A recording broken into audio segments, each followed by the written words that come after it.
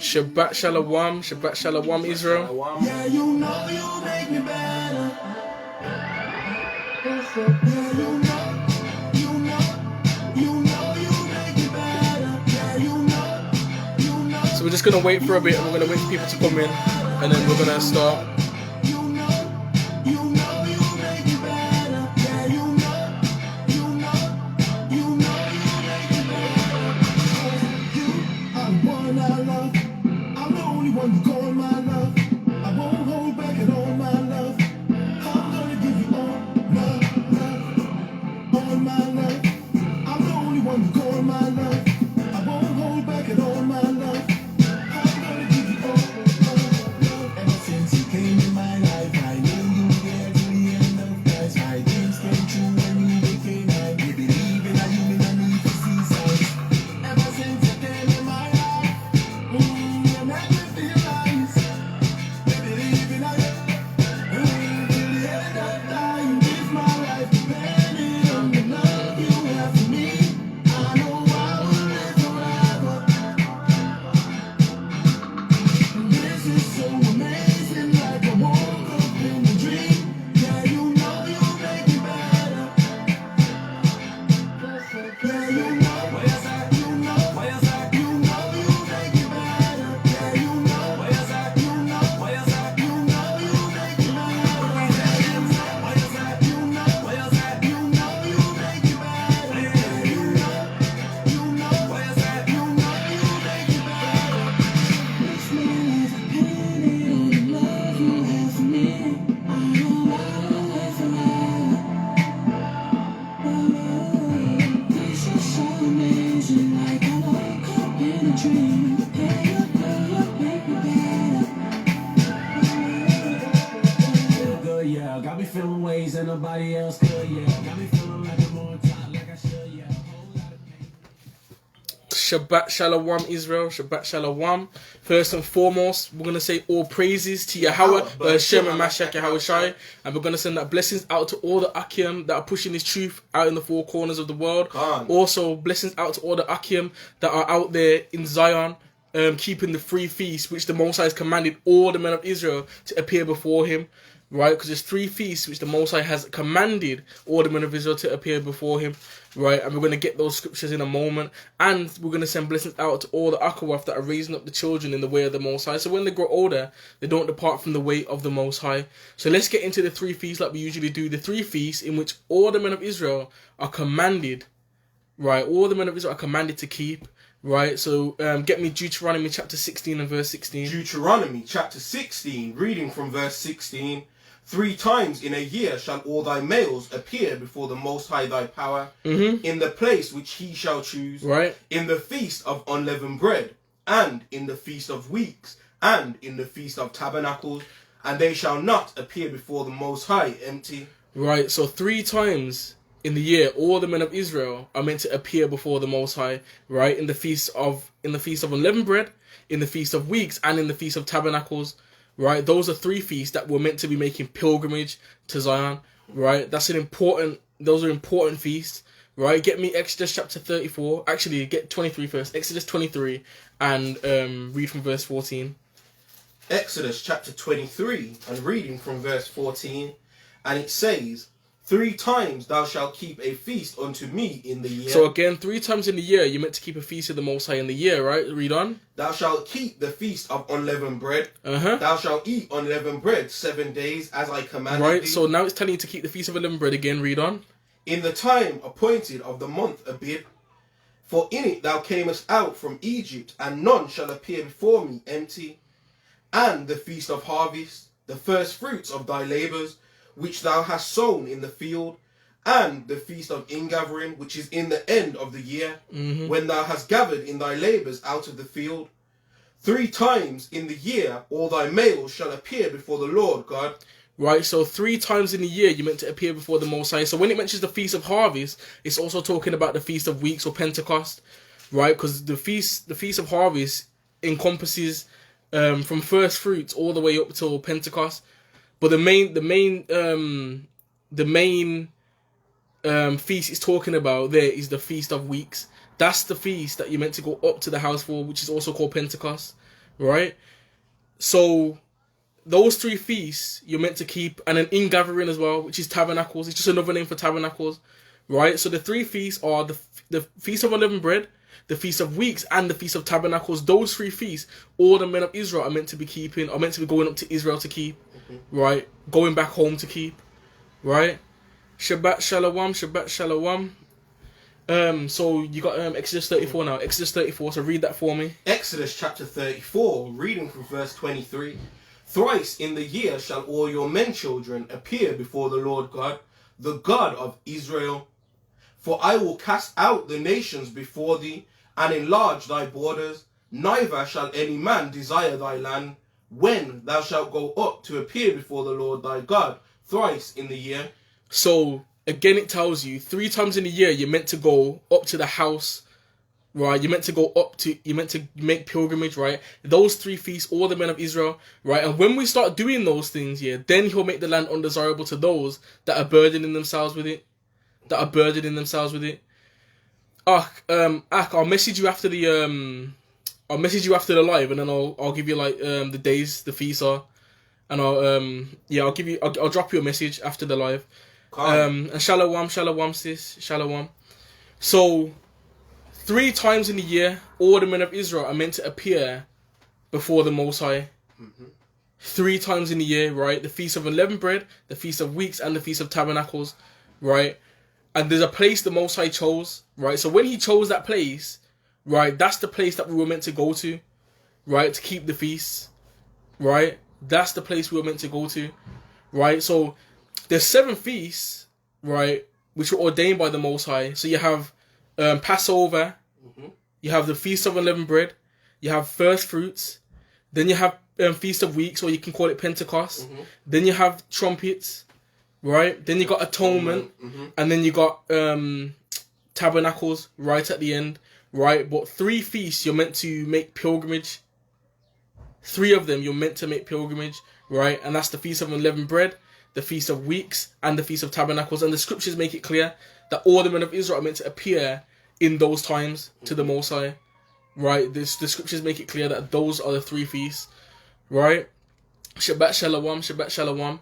So today what we're going to be going into is a bit more history, right? But we're going to be focusing on Alexander the Creep, or who the world calls Alexander the Great, right? That's what we're gonna be focusing on today. So it's gonna be a brief overview, right? But we're gonna go into some things about Alexander the Creep, right? So without certain books, right, you're not gonna get a full picture of Alexander the Creep, or you're not gonna get a full picture of the Greek captivity, right? Because he was the king of the Greeks.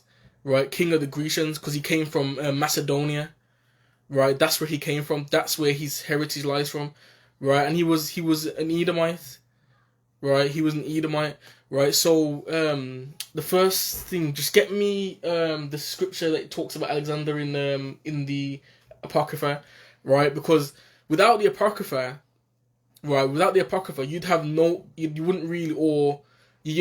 idea of what happened to us as Israelites in those captivities, in that captivity, right? Because there's a big gap between the Medo-Persian captivity and the Roman captivity, and without the Apocrypha, you don't have the understanding as to what happened in that captivity.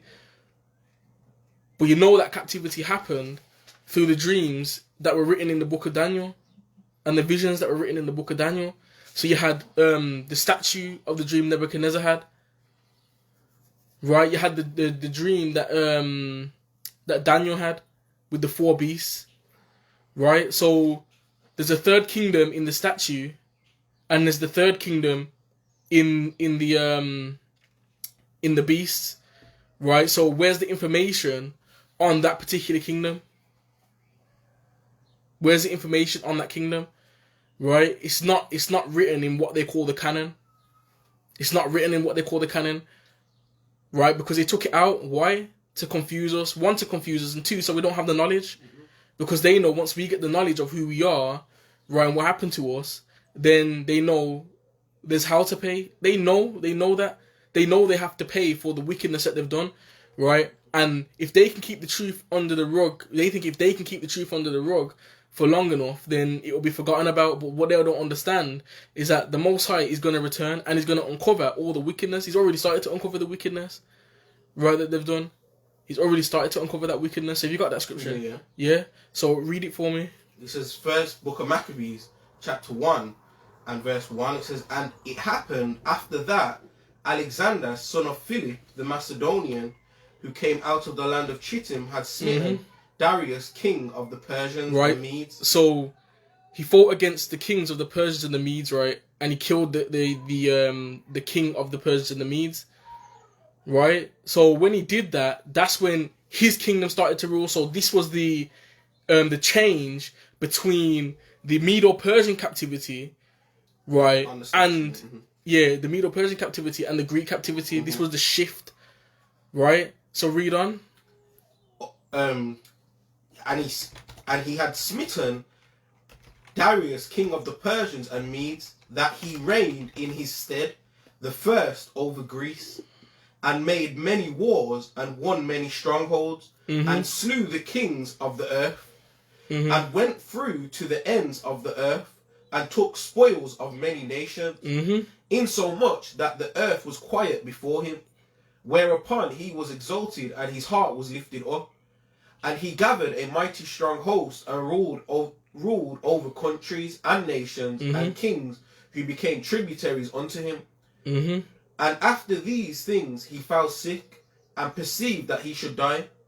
Wherefore he called his servants, such as were honourable, and had been brought up with him from his youth, and parted his kingdom among them while he was yet alive.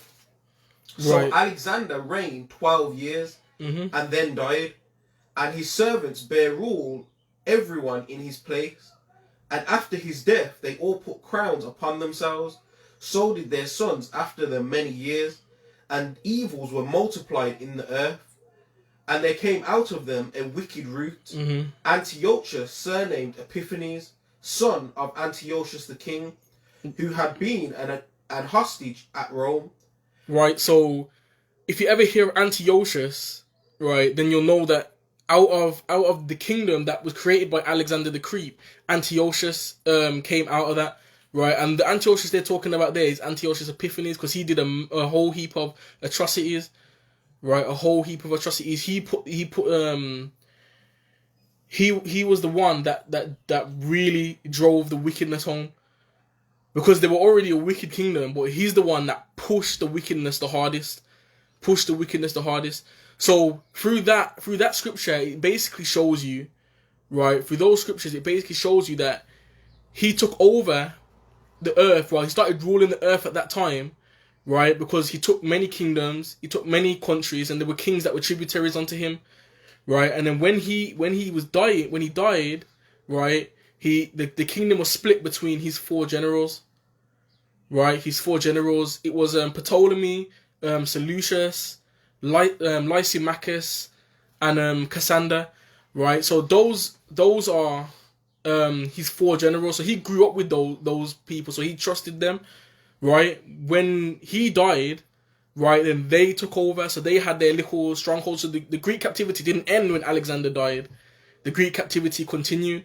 Right, but they were. But each area was ruled by one of his generals, right? And out of those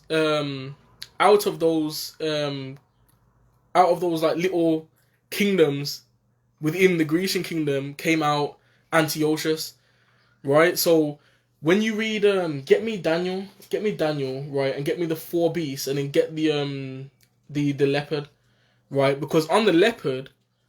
Right, because all the dreams that were given and stuff like that, they have spiritual understandings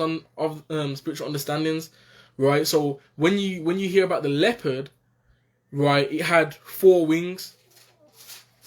So the leopard itself would represent Alexander and the Grecian captivity, but then the wings, right, would be his four generals that continued the kingdom. After he died, right? So they continued his reign of wickedness, his reign of wickedness, because that's what they do. That's their MO. That's their motive. That's all they do, wickedness, and promote it as well. And that's why that spirit is still on them today, because Greece and Rome are hand in hand, really and truly, are hand in hand. So you got it, Yeah. right? So Daniel chapter 7 and verse 6. And after this I beheld, and lo, another like a leopard, which had upon the back of it 4 wings of a fowl. Mm-hmm. The beast had also 4 heads, and dominion was given to it. And the 4 heads are also the 4 generals, right? And dominion was given to it, right? So the Most High allowed them to take over. Why? Because we didn't take up our role. That's the reason why. Because we allowed them in and around us, right? The nations in and around us, right? And Edom had it out for us anyway. So because we let them around us, and we didn't listen to the Most High. That's the reason why we were in that situation, right? That's the reason why we're in that situation. But without extra biblical like sources, you're not gonna get the understanding of things that happened, right? Or about Alexander the Creep, or his impact on us. His impact on us, right? Because he took over many places, yeah, and one of them was Jerusalem. One of them was Jerusalem. One of them was us. We became a what you call a vassal state. So we were paying tributaries to them, right? They wouldn't even allow us to call ourselves what we were, an Israelite. You couldn't read your own your own history, right? If they found you reading your own history, they'd kill you. If they found you keeping your traditions, like circumcising your children, they would kill you. Right? That was the wicked kingdom that was ruling back then. Right? Founded by this wicked man. Right? So what I'm gonna do is we're gonna go into an excerpt from hang on. Yeah, so this is from Flavius Josephus, in Jewish antiquities, right? So this is an excerpt from that, and this is about when Alexander visited Jerusalem, right? When he visited Jerusalem. So right, so without any like extra biblical sources, you wouldn't know this. No. You wouldn't know this. You wouldn't know what happened, right? So that's why it's always good to actually go and have a look and have a search out. Right, because it's always going to give you a greater understanding as to the things that were happening, and it'll help you understand why other things happened. Right, and it's good for our learning in the times that we're living in. Right, so we know how to move around our enemies. That's what it's good for. Right, so let's read from this. Actually, let me.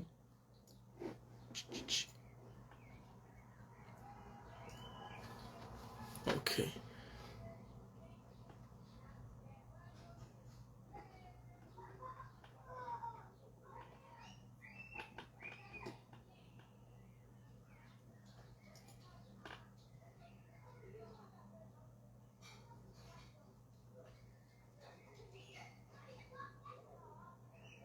Okay, so I'm gonna read this out now. So this is from Flavius Josephus in Jewish Antiquities.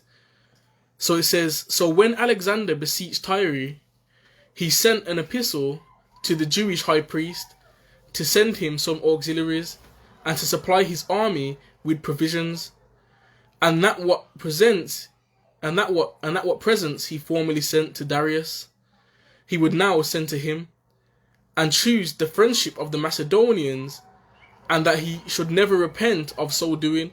So whatever tributaries we were paying to our former captors, we'd have to pay it to our new captors, right? So that's it's showing again the transition between the captivity of the Medo-Persians and the captivity of the Grecians, right? Or the rulership of the Medo-Persians, and then the rulership of the Grecians, which came after, right? So it says, but the high priest answered the messengers that he had given his oath to Darius not to bear arms against him, and he said that he would not transgress while Darius was in the land of the living. Upon hearing this answer, Alexander was very angry, and though he determined not to leave Tyre, which was just ready to be taken, yet as soon as he had taken it, he threatened that he would make an expedition against the Jewish high priest, and through him teach all men to whom they must keep their oaths. So when he had, with a good deal of pains, during the siege taken Tyre, and had settled its affairs, he came to the city of Gaza, and besieged both the city and him that was governor of the garrison, whose name was Babemeses. But Sanballat thought how he had gotten a proper opportunity to make his attempt. So he renounced Darius, and taking with him 7,000 of his own subjects, he came to Alexander, and finding him beginning the siege of Tyre, he said to him, he that delivered up to him these men, who came out of the places under his dominion, and did gladly accept him for his master instead of Darius. So when Alexander had received him kindly, Sanballat took courage and spoke to him about his present affair. He told him that he had a son-in-law, Manasseh, who was brother to the high priest, Jadus, and that there were many of his own nation now with him that were desirous to have a temple in the places subject to him, that it would be for the king's advantage to have the strength of the Jews divided into two parts, lest when the nation is of one mind and united upon any attempt for innovation, it proved troublesome to the kings, as it had formerly proved to the kings of Assyria. Right, so they wanted to keep us separated. So they knew about the split between the kingdom, the northern and the southern kingdom, right? And that's why it says they seek to put temples in places which you rule, right? So he says it's better to have them on your side than to not have them on your side, right? But you can keep them divided, right? You can keep them divided. So then it says it says, whereupon Alexander gave Sanballat leave so to do, who used utmost diligence and built the temple, and built the temple and made Manasseh the priest, and deemed it a great reward that his daughter's children should have that dignity. But when the 7 months of the siege of Tyre were over, and the 2 months of the siege of Gaza, Sanballat died. Now Alexander, when he had taken Gaza, made haste to go up to Jerusalem. And Jadus the high priest, when he heard that, was in agony and under terror, as not knowing how he should meet the Macedonians, since the king was displeased at his foregoing disobedience. He therefore ordained that the people should make supplications, and should join with him in offering sacrifice to God, whom he besought to protect the nation and to deliver them from the perils that were coming upon them.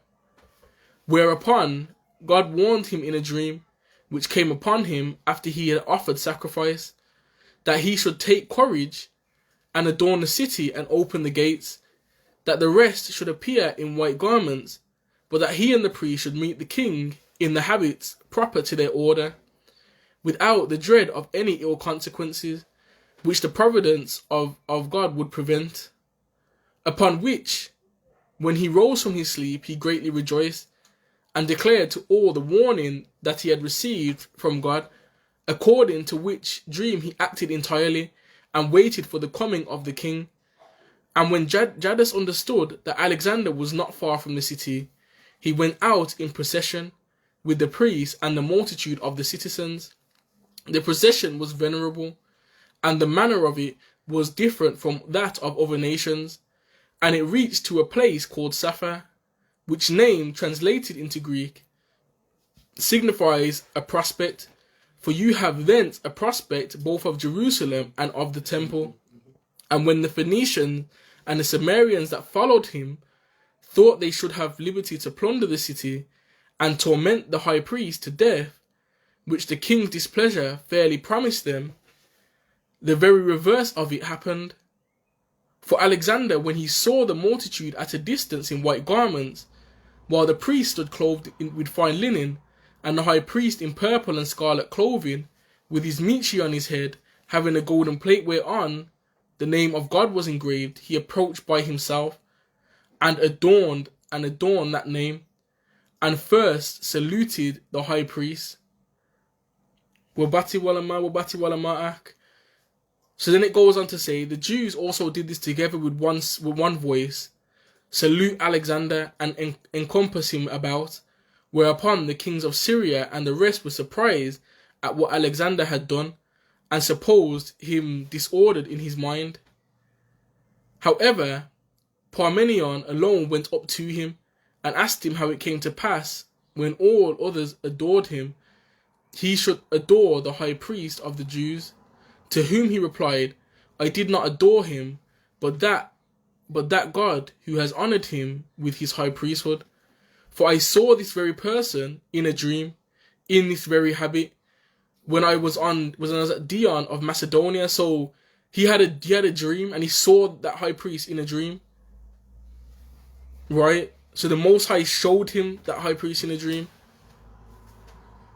Why? Because it would have been a warning to say that these are my people, right? And it says in Macedonia, who, when I was considering with myself how I might obtain dominion of Asia, exhorted me to make no delay, but boldly pass over the sea thither. For that he would conduct my army, and would give me dominion over the Persians. Right? So in a dream, he was getting told that he'd be able to take over. Right? He would get dominion. Right? And then it says, whence it is that having seen no other in that habit, and now seeing this person in it, and remembering that vision, and the exhortation which I had in my dream, I believe that I bring this army under the divine conduct, and shall therewith conquer Darius, and destroy the power of the Persians, and that all things will succeed according to what is in my own mind. And when he had said this to Parmenion, and had given the high priest his right hand, the priest ran along by him, and he came into the city, and when he went into the temple, he offered sacrifice to God, according to the high priest's direction, and magnificently treated both the high priest and the priests. And when the book of Daniel was showed him, wherein Daniel declared that one of the Greeks should destroy the empire of the Persians, he supposed that himself was the person intended, and he was then glad, and he dismissed the multitude for the present. Right? So he was showed the book of Daniel, right? And they would have showed him the prophecy, or the vision, the dream, right? Knowing that another kingdom was going to come after the Medo-Persian captivity, right? And he supposed that it was him, right? He supposed that it was him next to take over, and it was him next to take over, right? Because the Most High was going to allow him now for him to take over for the next captivity to come in, which was the Grecian captivity, right? And again, without any extra biblical knowledge or books, you're not going to find this information out, right? You wouldn't find this information out, right? And in there, it just basically shows you that, because he says Alexander had a dream, so did Nebuchadnezzar have a dream. Right? And the dream was to show him that his kingdom was ruling, right? But other kingdoms were going to come afterwards, right? And then Alexander has a dream. So it's not far-fetched for the Most High to give them a dream, right? To tell them what was going to happen. And that they were going to rule. Right? So that's another part of Alexander's reign, right? And then there was something that I came across as well recently, right? So just read this bit for me. So this is in the pseudepigrapha. I know some people don't subscribe to that, right? But there's a lot of things in there, and a lot of it what's the word, corroborates with the scriptures, right? Corroborates with the scriptures or corroborates with history, right? And what they did is they made it so that you would be scared to actually go and have a look, right? Because there is going to be some things that are off, right? Because of translations and stuff like that. But there's a lot of stuff that's intact in there as well, right? Which is supported by either by the Bible itself or supported by history. Right? So, so read the book of Jeremiah, Verse 1. Yeah, book of Jeremiah, first one, yeah. So this is from the lives of the prophets, right? And we're going to be reading about the prophet Jeremiah, right? So just read. Jeremiah was from Anathoth, right? And he died in Tafnai of Egypt, having been stoned by his people. He was buried in environs of Pharaoh's palace because the Egyptians held him in high esteem. Right. So before we continue, right, Jeremiah was in Egypt. Why was Jeremiah in Egypt when he died? Why was Jeremiah in Egypt? Why? Because the Israelites or Judah tried to flee into Egypt, right? When Babylon was set to take over, they were trying to flee away, right? And the Most High told them, "Well, you can't flee from it, because if you go to Egypt, then all that's going to happen is the sword's going to follow you down there, right? The sword will follow you down there, right?" So this is I'm going to read from Jeremiah chapter 43, right? And I'm going to read from verse 1, right? So it says, "And it came to pass that when Jeremiah had made an end of speaking unto all the people all the words of the Most High their power, for which the Most High their power had sent him to them, even all these words, then spoke Azariah the son of Hoshea, and Johan the son of Kareah, and all the proud men, saying unto Jeremiah, Thou speakest falsely. The Most High our power have not sent thee to say, Go not into Egypt to sojourn there." Because he told them, he said, the Most High said, don't go down there. Don't bother going down there, because if you go down there, you're gonna end up perishing anyway, right? And it says, "But Baruch the son of Neriah setteth thee on against us, for to deliver us into the hand of the Chaldeans, that they might put us to death and carry us away captives." So Johanan the son of Kareah, and all the captains of the forces, and all the people obeyed not the voice of the Most High to dwell in the land of Judah. So they didn't obey the voice of the Most High, right? So then it says, "But Johanan the son of Kareah, and all the captains of the forces took all the remnant of Judah that were returned from all nations, whether they had been driven to dwell in the land of Judah, even men, women, and children, and the king's daughters, and every person that Nebuzaradan, the captain of the guard, had left, with Gedaliah, the son of Ahikam, the son of Shaphan, and the prophet, and Jeremiah the prophet, and Baruch the son of Neriah." Right? So they took Jeremiah with them, right? After he told them, "No, we're not going down there." Right? We're not meant to go down there. The Most High told us not to. Right? So then it says, "So they came into the land of Egypt, for they obeyed not the voice of the Most High, and thus they came even to Taphanes." Right? And then it says, "Then came the word of the Most High." Right? And Taphanes is a city in Egypt, right? And it says, "Then came the word," and if you hear of a city called Daphne, it's the same place.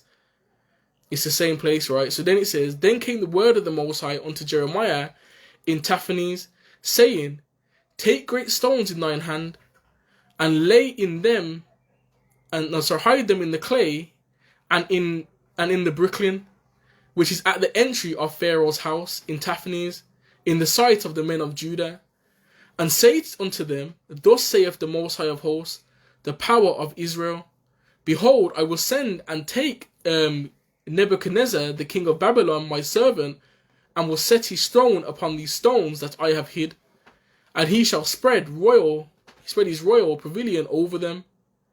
And when he cometh, he shall smite the land of Egypt, and deliver such as are for death to death, and such as are for captivity to captivity, and such as are for sword to the sword. Right? So everybody was going to get their due punishment, or their due punishment, or due judgment. Right? But what he said to them is, don't go down there. You're meant to be in Judah. You're meant to dwell in Judah. And they didn't listen to the Most High. They didn't listen, so they went down into Egypt, right, and disobeyed the Most High, right? So that's how Jeremiah was in Egypt, right? So read on. And it reads on. I'll read again. It says, he was buried in the environs of Pharaoh's palace, because the Egyptians held him in high esteem, having been benefited through him. For he prayed, and the asps left them, and the monsters of the waters, which the Egyptian call Nepha, and the Greek crocodiles. Right, so they held Jeremiah in high esteem. Why? Because when he prayed, the snakes left. When he prayed, the crocodiles left. Right? Because they were afraid of those things. Right? So read on. And those who are God's faithful pray at the place to this very day. And taking the dust of the place, they heal asp bites. And we have heard from the children of Antigonus and Ptolemy, old men, that Alexander the Macedonian, right, after standing at the prophet's grave and witnessing his mysteries, transferred his remains to Alexandria and placed them in a circle around the city.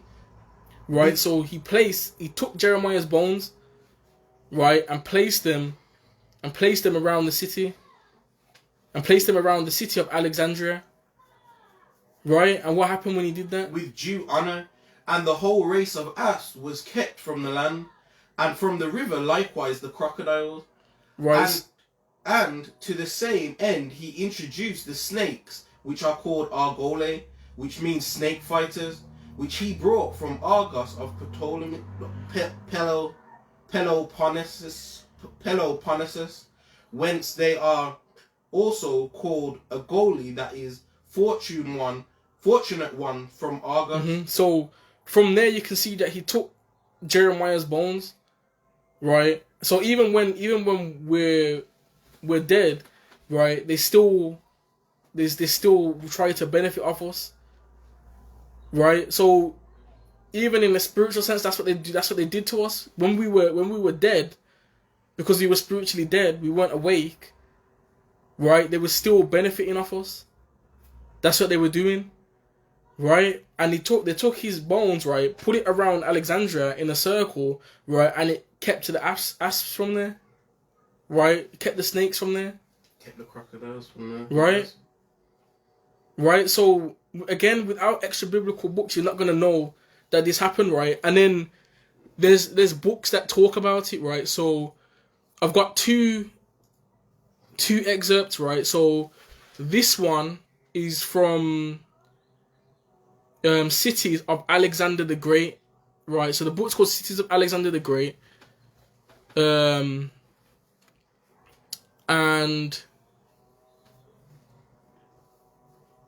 I'm gonna read here now.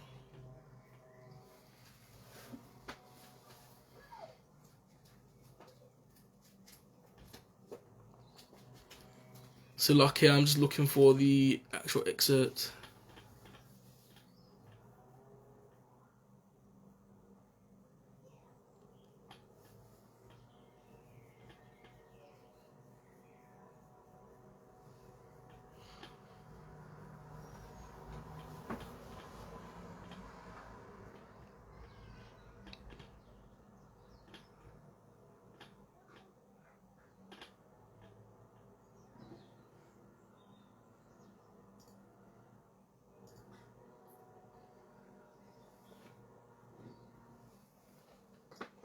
Yeah, so this is page. I'm gonna read from like the end, right at the bottom of page 18, right, and it says, Alexander was not forgotten in local traditions.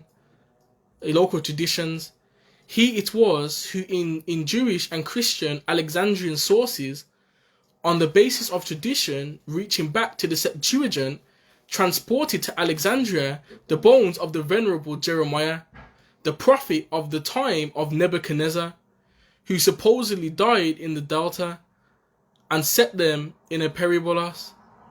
Right? So there's another source, right? There's another source that is basically backing it up. Right? So that's in Cities of Alexander the Great, right, by P.M. Fraser, right, and you can read from like page 18 into page 19. So then there's another book, right? So this one's called Jeremiah's Scriptures: Production, Reception, Interaction, and Transformation, right?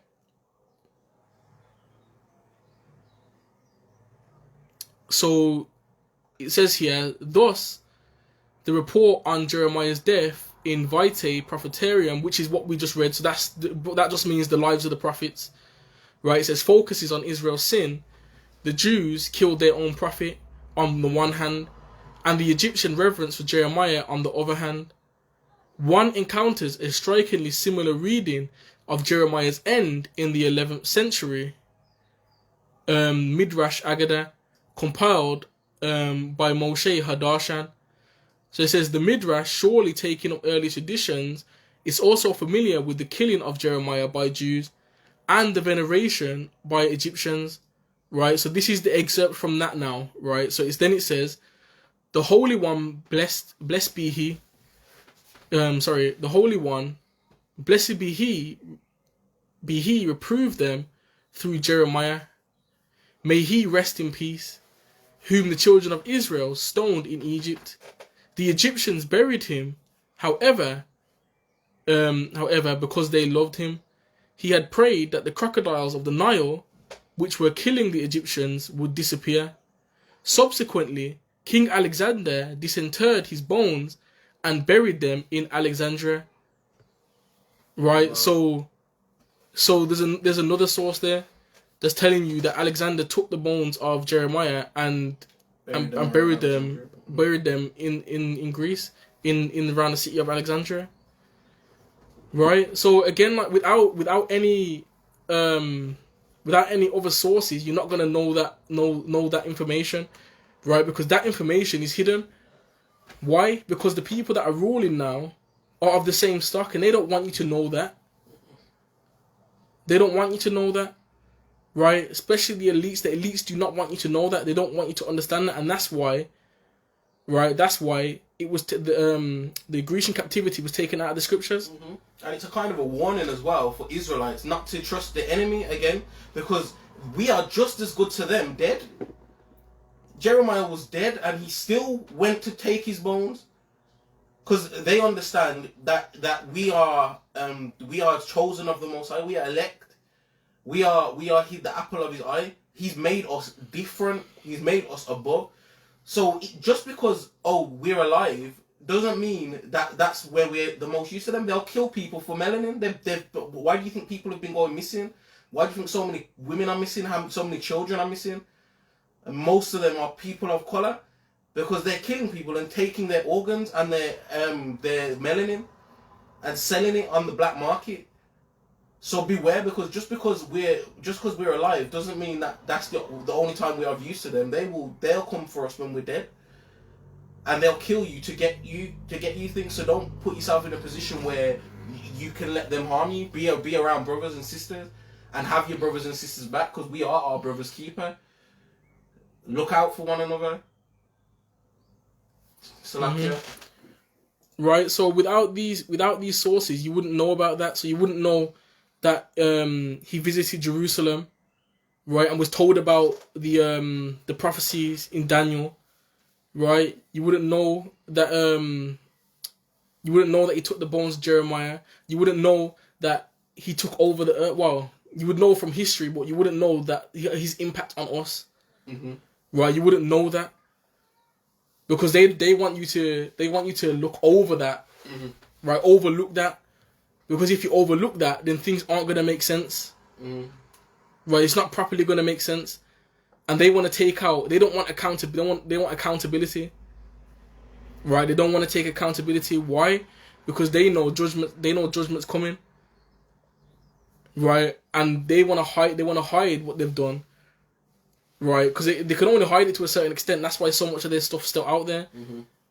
In terms of the Roman captivity, because all Greece did was merge with Rome, and that's why they call it the Greco-Roman Empire. Greco-Roman Empire, because all it did was really morph into Rome, because they're the same people. Yeah.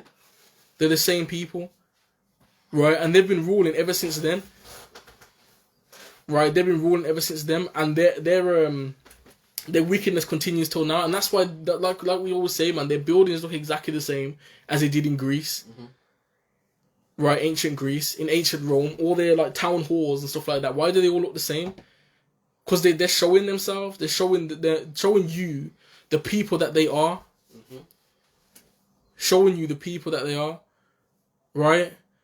So that was just a short life and a short bit of history on Alexander the Creep. Right? There's more on him, right? But we can go over that at another time. Right, but share the video, like it, and go and research it for yourself. Go and research it for yourself, because it's all out there. It's all out there, right? So we're gonna read out some final scriptures, right? So get Isaiah 11:11. Isaiah chapter 11 and verse 11. So. And it reads, "And it shall come to pass in that day that the Lord shall set his hand again the second time to recover the remnant of his people, which shall be left from Assyria and from Egypt and from Pathros and from Cush and from Elam and from Shinar and from Hamath and from the islands of the sea. And he shall set up an ensign for the nation, and shall assemble the outcasts of Israel, and gather together the dispersed of Judah from the four corners of the earth." Right, so the Most High is going to gather his people, right? So, although right now things look bad, right? Things look like they can't get any worse, and they are going to get worse, right? But the Most High, in this time that we're living in now, he's going to regather his people. He's going to regather them wherever they are. Right, get me Ezekiel 11 and verse 17. Ezekiel 11 and verse 17. Ezekiel 11 and verse 17. And it reads, "Therefore say, thus saith the Lord God, I will even gather you from the people." Actually, read up. Read from verse 15. Ezekiel chapter 11 and verse 15. "Son of man, thy brethren, even thy brethren, the men of thy kindred, and all the house of Israel holy, are they unto whom the inhabitants of Jerusalem have said, Get ye far from the Lord. Unto us is this land given in possession. Therefore say, Thus saith the Lord God, although I have cast them far off among the heathen, and although I have scattered them among the countries, yet will I be to them as a little sanctuary in the countries where they shall come." So wherever he's scattered us to, right, wherever he scattered us to, he's been a little sanctuary unto us. That's why our punishment, right, at the moment isn't so harsh, right? And without that little sanctuary, without those little sanctuary, without the sanctuary, without those little little things that the Most High has done for us in the captivities that we've been in, right, we would have been utterly destroyed. That's why he was a little sanctuary for us in our captivities. Because without him helping us in this situation, it would have been dire for us. We wouldn't remember who we are now. It's because of him being a little sanctuary, right, him being our peace in this time, right? That we know who we are. That's the only reason why we know who we are, right? So read on. Verse 17. Therefore say, thus saith the Lord God, I will even gather you from the people and assemble you out of the countries where ye have been scattered, and I will give you the land of Israel. Right, so then he says he's going to gather us from the people, gather us from wherever we are, assemble us out of the countries where we were scattered to, right? And then he's going to give us the land of Israel. Then he's going to give us the land of Israel. Right, so the scriptures make it clear, man, that the Most High is going to save his people. He's going to save his people. Right, get me Isaiah chapter 8 and verse 20. Isaiah chapter 8 and verse 20. And it reads, to the law and to the testimony, if they speak not according to this word, it is because there is no light in them. Right, to the law and to the testimony, to the song of Moses and to the song of the Lamb. Right, if you're not speaking about those two things, if you're not speaking about Torah and Messiah, then there's no light there. You have to be speaking about both, right? Torah is order, Messiah is our redemption, right? Torah is our redemption. Without redemption, right? Without redemption, all we're going to get is curses, right? And the curse until we're utterly destroyed, right? But with Messiah, there's redemption, there's a time to get yourself right. Without that, there's no time to get yourself right because we already failed. We already failed at that, right? So we need Messiah, right? And we also need Torah because Torah is still perfect, regardless of if we didn't do what we were meant to do in the beginning. Torah is still perfect, right? That didn't change, right? Like when Messiah came, he says, "Think not that I am come to destroy the law or the prophets." Think not. That's what he said. He said, "Don't even think it. Don't think I've come to destroy it." Because he hasn't, right? He hadn't come to destroy it because it's not gone, right? Get me 2 Corinthians chapter 4 and verse 3. 2 Corinthians chapter 4, reading from verse 3. But if our gospel be hid, it is hid to them that are lost. Right, so if our gospel is hid, if the gospel is hid, it's only hid to those that are lost. It's either hid to those that don't want it or hid to those that aren't ready for it yet.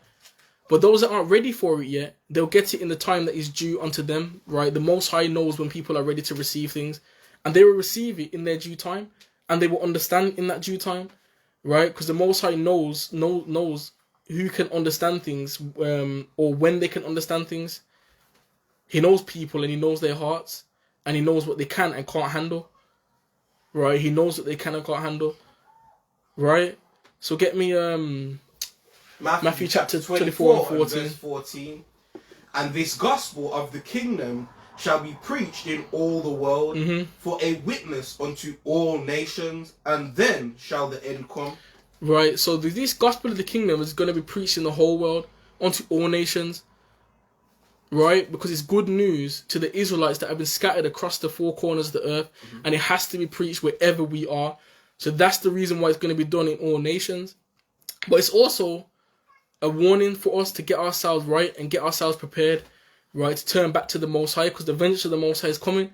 And then it's a warning to the nations to let us go, because they've kept us for too long, right? Let us go with reparations and repatriation, right? And let us go back to our homeland, right? Tell us who we are. Tell our people who they are, because they don't even know. They don't understand that. They don't understand who they are at all, right? A lot of us are still sleeping. A lot of us are still sleeping. Right, so it's a warning to them. Let our people go. Let our people go. Right, because when the Most High comes back, or when he sends his son, when the day of vengeance is here, nobody can then say they weren't told and they weren't warned. They were warned. They were warned. Get me Matthew chapter 26 and verse 6. Matthew chapter 26, reading from verse 6. Now when Jesus was in Bethany, in the house of Simon the leper, there came unto him a woman having an alabaster box of very precious ointment, and poured it on his head as he sat at meat.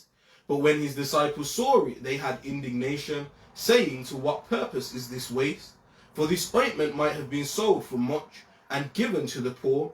When Jesus understood it, he said unto them, Why trouble ye the woman? For she have wrought a good work upon me. For ye have the poor always with you, but me ye have not always. For in that she hath poured this ointment on my body, she did it for my burial. Verily I say unto you, wheresoever this gospel shall be preached in the whole world, there shall also this, that this woman hath done, be told for a memorial of her. Right, so the Messiah asked us to keep this as a memorial, right? This has to be spoken of, right, wherever the gospel of the kingdom is spoken about, right? And at the time that he was going to go through the tribulation, she comforted him, right? And he asked us to memorialize this, right? And remember, he didn't come speaking his own words. He came speaking the words of the Father. So like we always say, if it wasn't important, he wouldn't have said it. Mm-hmm. So it's obviously something important, right? We have to memorialize this. This is just something that has to be remembered when we speak about the gospel of the kingdom. Has to be remembered, right? And it will be remembered, right? Because the Messiah has said it, right? Wherever this gospel is preached, there shall also this, the memorial of this woman is kept, right? So we're gonna keep that memorial. Calm. Right, we're going to keep that memorial wherever we preach the gospel of the kingdom. Right, so with that, we're going to say Shabbat Shalom. Check out our website at www.israeliteheritage.com. Check out our YouTube page, Israelite Apostolic Heritage, our Facebook page, Israelite Apostolic Heritage as well. And have a good rest of your Shabbat. Shabbat Shalom, Wabati Walama. Peace and blessings. Shabbat Shalom. All praises to Yahweh, Hashem HaMashiach Yahweh Shai. Peace and blessings. Shalom. Shalom.